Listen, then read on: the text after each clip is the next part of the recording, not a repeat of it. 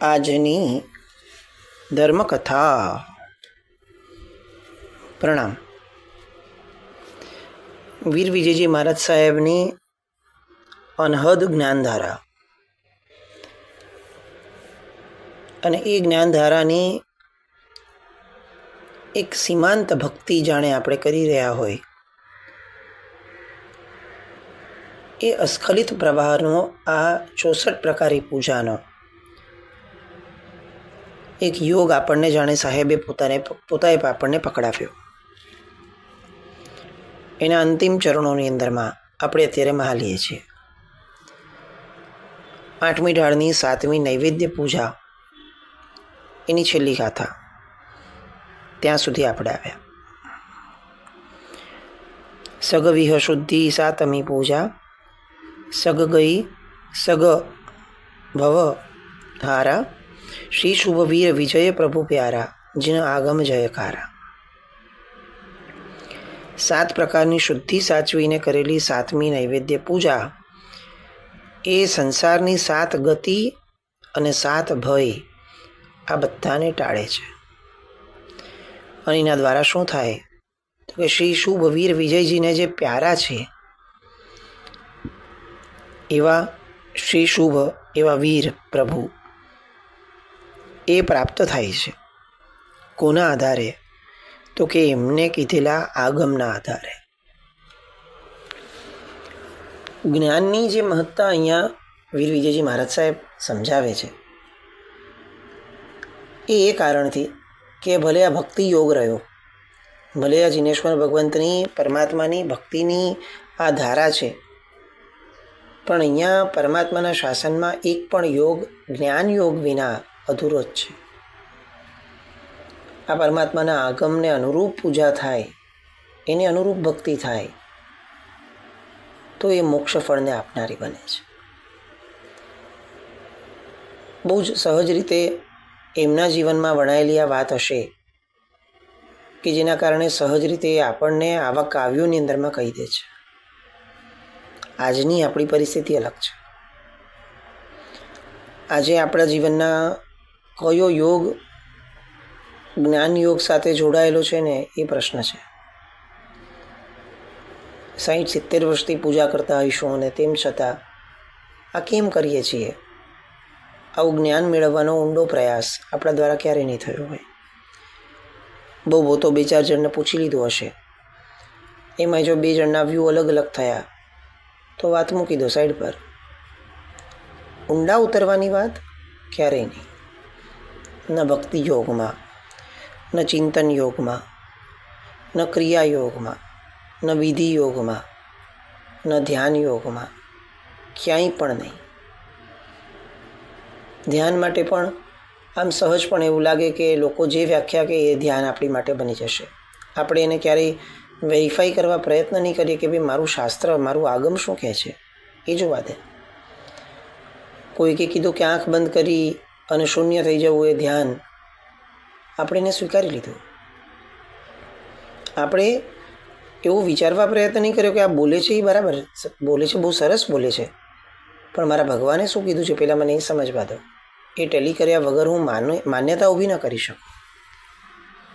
આ અપ્રોચ, આ શ્રદ્ધા, એનો બહુ મોટો આપણે ત્યાં અભાવ. જે જિનેશ્વર ભગવંતોએ જે સમયે વર્તમાનમાં જે ક્રિયા કરીએ છીએ એ ક્રિયાની અંદરમાં ઓતપ્રોત થવું, એના સિવાયની અન્ય તમામ યોગને એક ડિસ્ટન્સ બનાવી લેવું, એક દૂરી બનાવી લેવી, આવી વ્યાખ્યાને ધ્યાન કીધું હતું.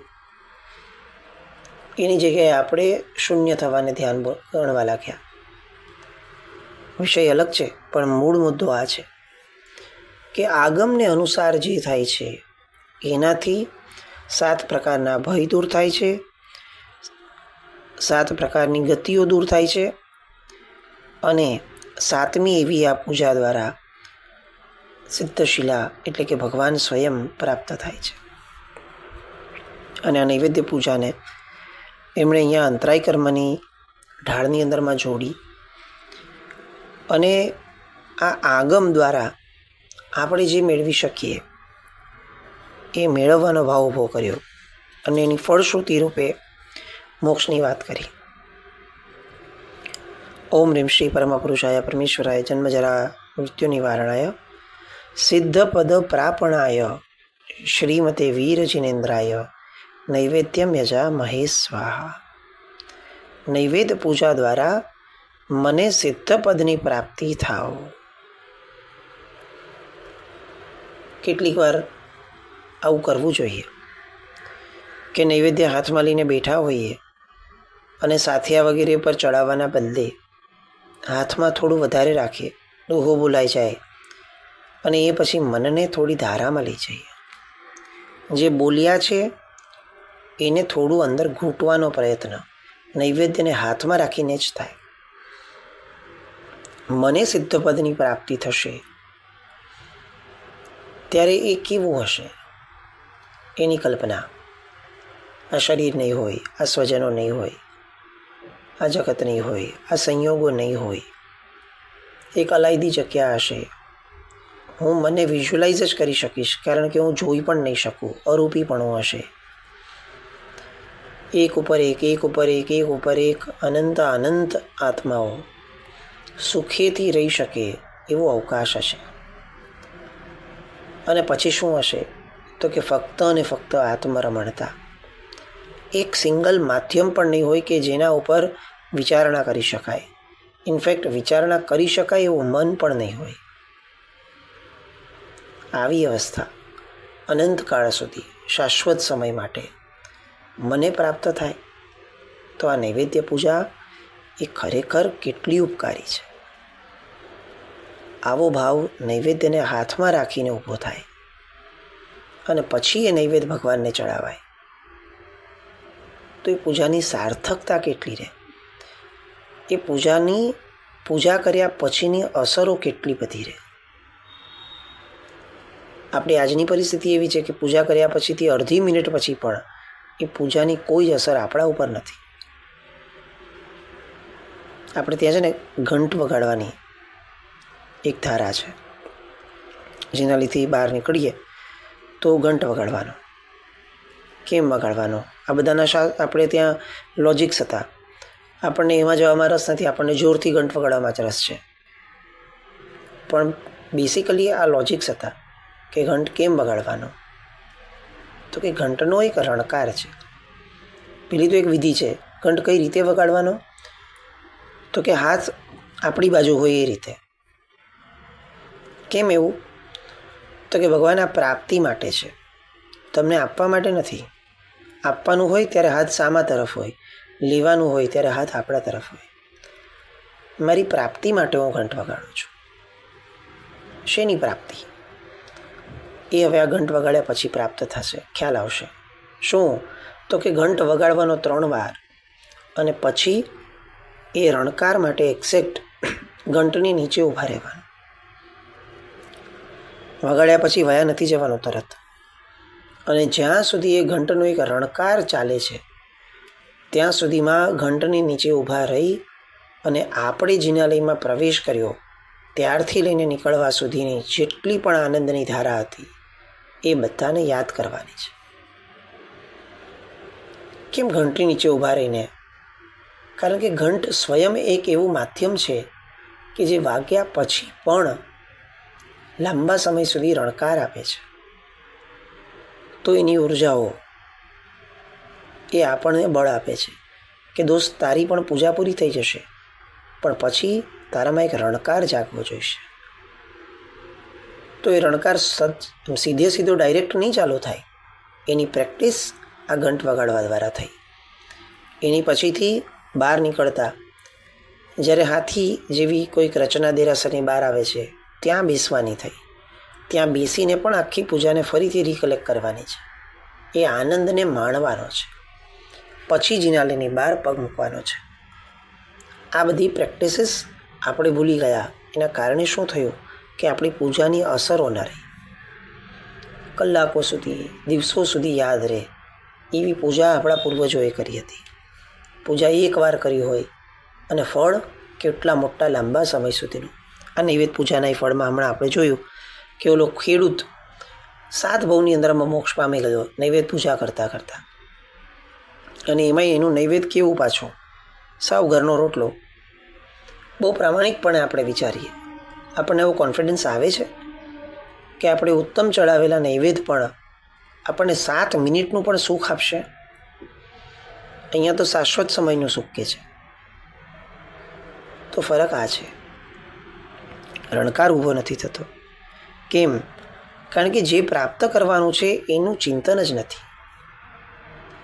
નૈવેદ્ય પૂજામાં આ ચિંતન એ બહુ મહત્વનો ભાગ ભજવે છે. સિદ્ધ પદની પ્રાપ્તિ આપનાર એવી આ નૈવેદ્ય પૂજા ભગવાન હું તમને સમર્પિત કરું છું. એની પછીથી હવે 8મી એટલે કે 64 પ્રકારી પૂજાની 64મી પૂજા, અંતિમ પૂજા એ આપણી શરૂ થાય. અંતરાય કર્મ નિવારણ ઢાળની અંદરમાં છેલ્લી ફળ પૂજા. અષ્ટકર્મ દળ ચૂરવા 8મી પૂજા સાર, પ્રભુ આગળ ફળ પૂજતા ફળથી ફળ નિરધાર. બહુ જ સરસ વાત, બહુ જ સરસ. છેલ્લી જે કડી છે એનાથી શરૂ કરીએ. ફળથી ફળ નિર્ધાર.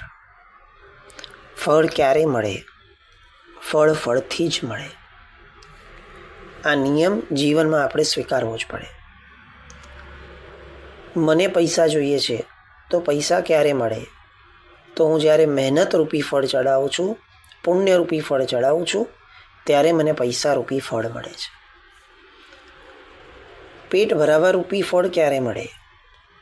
તો કે જ્યારે ભૂખ લાગે છે અને હું ભોજન બનાવું છું, ભોજન રૂપી ફળ ચડાવું છું, રસ વગેરે ભેળવી અને ત્યારે એ આરોગવા રૂપી ફળ, તૃપ્તિ રૂપી ફળ મને મળે છે. ફળથી જ ફળ મળે. અને હવે અહીંયા પ્રશ્ન મૂક્યો કે આપણને મોક્ષરૂપી ફળ જોઈએ છે, તો એની માટે શું કરવાનું? તો કે મારે કંઈક ફળ ચડાવવું પડશે. ફળ આપીશ તો ફળ મળશે. ફળથી જ ફળ મળે. એટલે હવે શું આપવાનું એ આપણને ફળના માધ્યમથી વિચારવા માટે પૂજ્ય વીર વેજીજી મહારાજ સાહેબ કહે છે. આ 63 પ્રકારી પૂજા થઈ. આ બધી પૂજાઓની અંદરમાં કંઈક ને કંઈક માગ્યું. હવે આ બધા ઉપર શિરમોર એવી આ છેલ્લી ફળ પૂજા દ્વારા ફળ માંગવાનું છે. અને ત્યારે પોતે પોતાના આત્માને તો કહે છે, એ ભગવાનને પણ કહે છે કે ભગવાન ફળથી જ ફળ મળે. જો મેં આટલું બધું આપ્યું છે તો હવે મને ફળ મળશે જ. એ નિર્ધાર સાથે આ છેલ્લી 64મી પૂજા શરૂ કરું છું. એના લોજિક આપે છે. અષ્ટકર્મ દલ ચૂરવા 8મી પૂજા સાર. 8 કર્મનું સૈન્ય છે. દળ એટલે અહીંયા પૂદગલ અને સૈન્ય બંને વર્તાય. તો 8 કર્મનું જે સૈન્ય દળ છે, 8 કર્મના જે પૂદગલો છે, જે મારા આત્મા પર ચોંટેલા છે, એને ચૂરવા માટે ભગવાન હું તમારી 8મી પૂજા શરૂ કરું છું. પ્રભુ આગળ ફળ પૂજતા ફળથી ફળ નિર્ધાર. એટલે પ્રભુ સમક્ષ ફળ ધરી અને પૂજા કરીશ તો મને ફળ અર્પણ કરવાથી મારું ઈચ્છિત ફળ પ્રાપ્ત થશે. એટલે ચીકુ મૂકવાથી, સફરજન મૂકવાથી, દાડમ મૂકવાથી મોક્ષ મળે? આટલું ફળ મૂકવાથી ઓલું ફળ મળે? તો કે એ તો ન જ મળે. વાત તો સાચી જ છે. એમ મળતું હોત તો અત્યારે એક પણ આત્મા સંસારમાં ન હોત. તો શું? તો કે અહીંયા એક વાત, ઇન્દ્રાદિક પૂજા ભણી ફળ લાવે ધરી રાગ, પુરુષોત્તમ પૂજી કરી માગે શિવ ફળ ત્યાગ. ફક્ત એક નાનકડું ફળ મૂકવાથી ફળ નહીં મળે, પણ કંઈ કેવી રીતની પૂજાથી ફળ મળશે? ફળ પૂજાથી. તો એની વાત અહીંયા મૂકી. પ્રભુની પૂજા માટે ઇન્દ્ર આદિ દેવો ભક્તિથી ફળ લાવીને પૂજા કરે છે. દેવોને શું? એને શું દ્રવ્ય આપવાની જરૂર હોય? કારણ કે એને તો મહેનત કંઈ કરવાની નથી. આ ઈચ્છ્યું ને મળી ગયું. તો એ બધા કેમ આવું ફળ આપે છે? અને ફળ આપે તો એની શું બહુ કિંમત? શક્તિવંત વ્યક્તિ, કરોડોપતિ માણસ 100 રૂપિયા, 500 રૂપિયા, 1000 રૂપિયા ખર્ચી લે તો આપણને એમ થાય કે એમાં શું હવે? ઠીક છે ને. તો દેવને તો વૈક્રિય શક્તિઓ છે, એ તો લઈ આવે ફળ. એમાં શું મોટી વસ્તુ છે? તો અહીંયા એ શબ્દ મૂકે છે, ફળ લાવે ધરી રાગ. એ ફળ નથી આપતો, ફક્ત એ ભગવાનને પોતાનો રાગ આપે છે. એ ભગવાનને રાગપૂર્વકનો ફળ ધરાવે છે. જેની અંદરમાં મને રાગ છે એવું ફળ ભગવાન હું આપું છું. શેમાં રાગ છે? ચીકુમાં, સફરજનમાં, દાડમમાં, કેરીમાં? તો કે એ તો ક્ષુલ્લક રાગ છે, આ કંઈ રાગ નથી, એ તો સમય ગયે પૂરો થઈ જશે, બીજું કંઈક નવું આવીએ પૂરો થઈ જશે. મને મુખ્યપણે રાગ શેમાં છે? મારો રાગ સંસારમાં છે.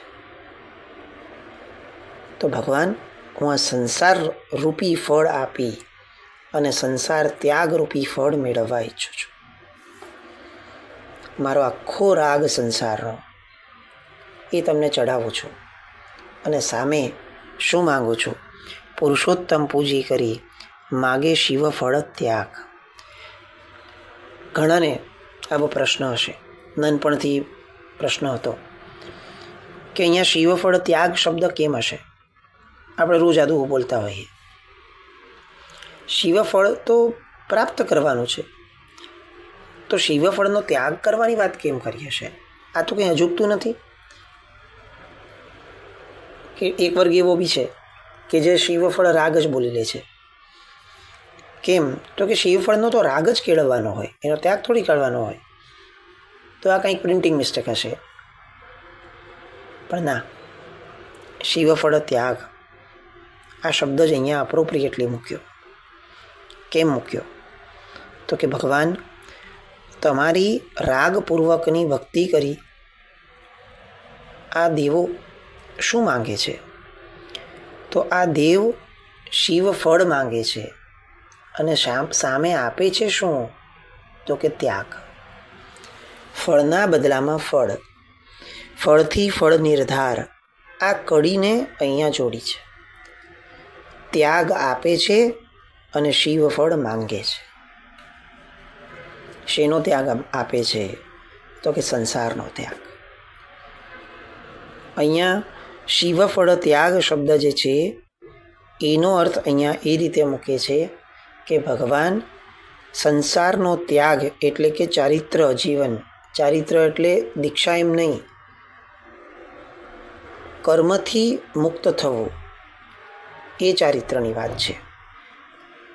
પોતાના સંચિત કરેલા કર્મથી મુક્ત થવું, પોતે ભેગું કરેલું છે બધાથી મુક્તિ મેળવવી, એટલે એક અપેક્ષા એ સંસારનો ત્યાગ જેને કહી શકાય. એવા દ્રવ્ય અને ભાવ બંને સંસારનો ત્યાગ એ આપી અને ભગવાન સામે હું મોક્ષ માંગુ છું. બહુ વર્ષો પહેલાં મહોપાધ્યાય યશોવિજયજી મહારાજ સાહેબની એક પુસ્તિકા, એમની એક ઢાળની અર્થની પુસ્તિકા વાંચેલી અને એમાં વાંચવામાં આવેલું કે પરમાત્માની પૂજા એ કયો યોગ છે? શેની પૂજા છે? સમ્યક દર્શનની, સમ્યક જ્ઞાનની કે સમ્યક ચારિત્રની? બહુ સહેજે એવું થઈ જતું કે પૂજા એ તો સમ્યક દર્શનની આરાધના છે. અને ત્યારે બહુ આશ્ચર્યજનક રીતે મહોપાધ્યાયજી મારા સાહેબ એવું લખ્યું હતું કે પરમાત્માની ભક્તિ, પરમાત્માની પૂજા અથવા પરમાત્માની સેવાનું એક પણ અંગ, એક પણ, ફક્ત આ પૂજાની વાત નથી, કોઈ પણ ક્રિયાઓ, એક પણ અંગ એ ગમે તે યોગ કેમ ન હોય, એ દર્શનનો યોગ હોય, જ્ઞાનનો યોગ હોય, ચારિત્રનો યોગ હોય, ગમે તે યોગ કેમ ન હોય, આ બધાનો આશય શું છે? તો કે ચારિત્ર. બહુ સાહજિક રીતે આપણે સમજ્યા કે ભાઈ ભગવાનની પૂજા એ તો દર્શન વિશુદ્ધિ માટે છે. નહીં, એ દર્શન વિશુદ્ધિ દ્વારા પણ મેળવવાનું શું છે? તો કે ચારિત્ર. જે તત્વએ બધું જ ત્યાગ્યું છે એની પાસે અંતિમ માંગણી તો સર્વત્યાગની જ હોય. અને એટલે કુમારપાળ મહારાજાએ પણ માંગ્યું કે ભગવાન મને એવી અવસ્થા આપ કે જ્યારે હું મોક્ષની ઈચ્છાનો પણ ત્યાગ કરું, આ મારી ભક્તિનું મને ફળ આપ. મૂળ શું? અંતિમ લક્ષ્ય શું? તો કે ત્યાગ. તો માંગુ શિવ ફળ ત્યાગ, આ શબ્દ ઇન્ડિકેટ કરે છે કે ભગવાન શિવ ફળ માંગુ છું અને સામે ત્યાગ આપું છું. ત્યાગ આપવો છે. શેનો ત્યાગ? ફળનો, દાડમનો, કેરીનો? ના, આખા સંસારનો. તો આ આખો આપણા દુહાનો આશય હતો. ઇન્દ્રાદિક પૂજા વણી ફળ લાવે ધરી રાગ. આ આખોને આખો ત્યાગ કઈ રીતે આપી શકીશ જો હું રાગપૂર્વક તમારી ભક્તિ કરીશ તો? કારણ કે તમારા પ્રત્યેનો રાગ એ સંસાર પ્રત્યેનો દ્વેષ. આ થિયરી મેં સ્વીકારી છે. જો સંસાર પ્રત્યે રાગ છે તો એનો મતલબ કે તમારી ભક્તિમાં રાગ નથી જ. એક સાથે બંને સત્ય ક્યારે ભેગા ના રહી શકે. જો મને સંસાર પ્રત્યે રાગ છે તો એનો અર્થ કે હું તમારી ભક્તિમાં રાગ નહીં કેળવી શકું. અને આ ઇન્દ્ર વગેરેના નામોનું આલંબન કેમ લીધું? કારણ કે આ લોકો સંસારનો રાગનો ત્યાગ કરી અને તમારી ભક્તિ કરતા હતા, એટલે મેં ઇન્દ્રનું નામ લીધું. તો આવો સરસ મજાનો આશય, ઇન્દ્ર જેવા મહાપુરુષ, આ સંસારના આ જગતના શ્રેષ્ઠતમ પુરુષોના આલંબન, એ બધું મૂકવાનો આ આશય, આ કારણ કે એમને રાગનો ત્યાગ કર્યો હતો. એટલે એમના આલંબને હું આ દુહો બોલું છું. આવી સરસ મજાની આ ફળ પૂજાની વાત, અને એટલો સરસ ઢાળનો પ્રથમ શબ્દ કે ત્યાં જ ઠરી જઈએ. પ્રભુ તુજ શાસન અતિ ભલું, મારને સુર નર રાણો રે. બહુ જ સરસ. આમ ભગવાનના શાસનની છેલ્લી ઢાળની અંદરની આ કરેલી વાત, છેલ્લી ઢાળમાં એના સ્વાદને ચાખવા, માણવા. ફરીથી આવતીકાલે મળશું. જીનાજ્ઞા કંઈ પણ બોલાય તો મિશ્રામી દુકડમ જૈનમ જયતિ શાસન.